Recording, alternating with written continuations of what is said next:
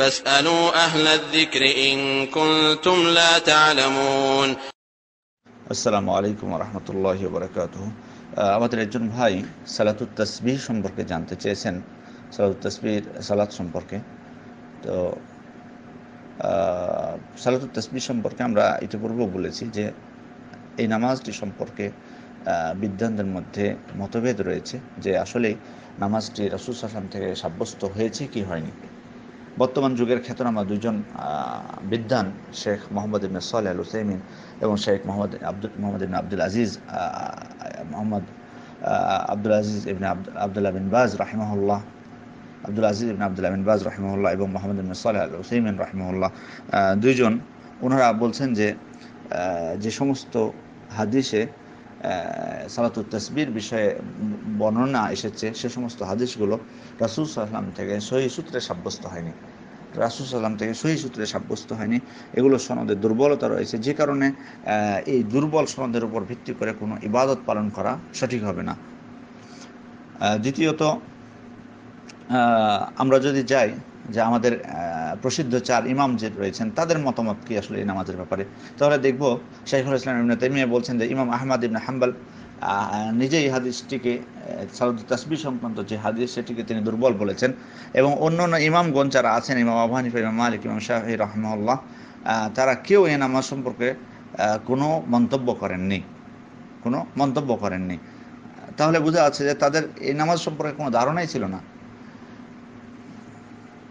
আর তারপরে আমরা বলবো যে এই ধরনের এত ফজিলতপূর্ণ একটি আমল, তাহলে বোঝা যাচ্ছে যে সালাফে সালিহিনদের মধ্যে মানে প্রচলিত ছিল না, বা তারা অনেকে জানতেন না। তো এটা বিশ্বাস করা অত্যন্ত কঠিন যে এ ধরনের একটি ফজিলতপূর্ণ একটি আমল যদি সাব্যস্ত হতো, তাহলে তাদের একটু অজানা থাকার কথা ছিল না। হয়তো একজনের অজানা থাকতে পারে, দুইজনের অজানা থাকতে পারে, কিন্তু এইভাবে একচেটিয়াভাবে এত শত শত হাজার হাজার বিদ্বানদের এটা অজানা থেকে যাবে, এটি বিশ্বাসযোগ্য নয়। তারপরে আমরা বলবো যে দেখুন, অনেক ওলামা ইকরাম বলছেন যে এ ধরনের ইবাদত আসলে, বা সালাত শরীয়তে এ ধরনের ইবাদত থাকাটাও কেমন যেন একটু অন্যরকম একটি ইবাদত এটি মনে হয়, যেটি হয়তো যেটির অস্তিত্ব অন্য এ ধরনের কোনো ইবাদতের অস্তিত্ব ইসলামে নেই। যে এমন একটি ইবাদত যেটি একদিন করলেও হবে, অথবা সপ্তাহে একদিন, অথবা মাসে একদিন, অথবা বছরে একদিন, অথবা জীবনে একদিন করলে হবে, এ ধরনের কোনো ইবাদত নাই। হ্যাঁ, আপনারা হয়তো অনেকে হজের কথা বলবেন, কিন্তু হজ কেন? হজ হলো যে একবার হজ ফরজ মানুষের উপর। কারণ হজ বারবার করা এটা অত্যন্ত মানুষের জন্য কষ্টকর। যেমনটি আল্লাহ রাসূল বলেছেন যে লাউ কুলতু নাম লামাসতাতআতুম, যখন সাহাবায়ে কেরাম জিজ্ঞেস করেছেন যে হজ কি প্রতি বছর ফরজ, তখন আল্লাহ রাসূল বলছেন যে তোমরা প্রশ্ন করো না, আমি যদি না হ্যাঁ বলে দিই তাহলে তো তোমার জন্য এটি করা কষ্টকর হয়ে যাবে। তো হজের ব্যাপারটি আলাদা, কারণ প্রতি বছর যদি করতে হয় তাহলে এটি তার মানুষের জন্য কষ্টকর হয়ে যেত। কিন্তু সালাতুত তাসবিহ এমন কোনো কষ্টকর ইবাদত না যে প্রতিদিন দিন করা, বা প্রতি সপ্তাহে করা, বা প্রতি মাসে করা এটি কঠিন ইবাদত। তো যাই হোক, সেজন্য অনেক ওলামা ইকরাম বলছেন যে এ ধরনের কোনো ইবাদত আসলে শরীয়তে নাই সালাতুত তাসবিহর মতো। তো যাই হোক, আমরা যেটি বলবো আপনাদেরকে সেটি হলো যে যদি কোনো আলেম বলেও থাকেন যে এই হাদিসগুলো হাসান পর্যায়ের হাদিস, আমলযোগ্য হাদিস, তবুও বলবো যে যেহেতু ওলামা ইকরামের মধ্যে এই বিষয়ে বরং সালাফদের অনেক সালাফ যারা এই বিষয়ে কোনো মন্তব্য করেননি, জানতেন না, বা এই ধরনের একটা বিষয় মতভেদপূর্ণ বিষয়, সেটা থেকে আমরা যেহেতু এটি একটি ইবাদত, আর ইবাদতের ক্ষেত্রে আমরা বলি যে ইবাদত যেমন হতে হবে আল্লাহ সন্তুষ্টির জন্য, তেমনই হতে হবে যে রাসূল সাল্লাল্লাহু আলাইহি ওয়াসাল্লামের শিখিয়ে দেওয়া পদ্ধতি অনুযায়ী। এখানে যেহেতু আমরা নিশ্চিত হতে পারছি না যে রাসূল সাল্লাল্লাহু আলাইহি ওয়াসাল্লাম এমন একটি ইবাদত শিখিয়ে দিয়েছেন, একেবারে নিশ্চিতভাবে সাব্যস্ত হচ্ছে না, সেহেতু আমাদের এ ধরনের একটি ইবাদত থেকে বিরত থাকাটাই হচ্ছে সব থেকে কল্যাণজনক এবং বুদ্ধিমানের কাজ।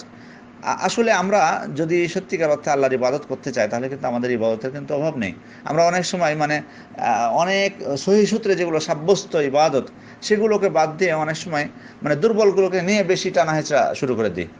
তো যেমন ধরেন, আমাদের অনেকেরই অভ্যাস নাই যে সলাতুল ইশরাক, যেটি অর্থাৎ ফজরের নামাজের পর আপনার যে মসজিদে বসে থাকা, জিকির করা এবং সূর্য ওঠা পর্যন্ত, তারপরে 2 রাকাত সালাত আদায় করা।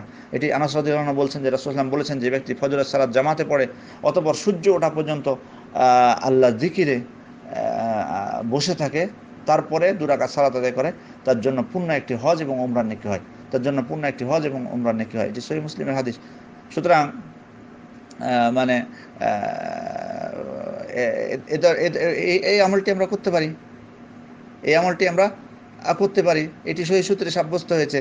তারপরে আমরা সলাতুল দুহার নামাজ এটি পড়তে পারি। রাসূল সাল্লাল্লাহু আলাইহি ওয়াসাল্লাম বলছেন মানুষের শরীরে 360টি জোড় রয়েছে, অতএব মানুষের কর্তব্য হলো প্রত্যেক জোড়ের জন্য একটি করে সদকা করা। সাহাবীগণ বললেন কার শক্তি আছে এই কাজ করার আল্লাহর রাসূল? তিনি বললেন যে সলাতুল দুহার 2 রাকাত সালাতই এর জন্য যথেষ্ট। সলাতুল দুহার 2 রাকাত সালাতই এর জন্য যথেষ্ট। সলাতুল দুহা হচ্ছে যে যেমনটি আপনাদেরকে বললাম যে এটা সূর্যোদয়ের পর থেকে নিয়ে দ্বিপ্রহর পর্যন্ত এই সালাত সময়, এটি 2 রাকাতও পড়া যায়, 4 রাকাতও পড়া যায়, 8 রাকাতও পড়া যায়। রাসূল সাল্লাল্লাহু আলাইহি ওয়াসাল্লাম মক্কা বিজয়ের দিন দুপুরের পূর্বে 8 রাকাত আদায় করেছিলেন বলে সাব্যস্ত হয়েছে, 4 রাকাতের বিষয়টিও সাব্যস্ত হয়েছে। সুতরাং যত ইচ্ছা 2 রাকাত করে পড়া যায়, এতে কোনো সমস্যা নেই। তবে 2 রাকাত পড়ালে যে যথেষ্ট, উপরের যে হাদিসটি আপনাদেরকে বললাম ইতিপূর্বে, যে মানুষের শরীরে 360টি জোড় রয়েছে, সেই হাদিসটি সহিহ মুসলিমের হাদিস, এটি যথেষ্ট। যে হাদিসে যে 2 রাকাত সালাত যথেষ্ট তার প্রত্যেকটি জোড়ের জন্য। তো যাই হোক, এখানে যে বিষয়টি আমাদের যে এই ধরনের অনেক ইবাদত রয়েছে, তারপরে আপনি এই নামাজটি যদি একেবারে পূর্ণ দ্বিপ্রহরের সময় অত্যন্ত কড়া রোদের সময় পড়েন, এটাকে বলা হয়েছে সলাতুল আওয়াবিন।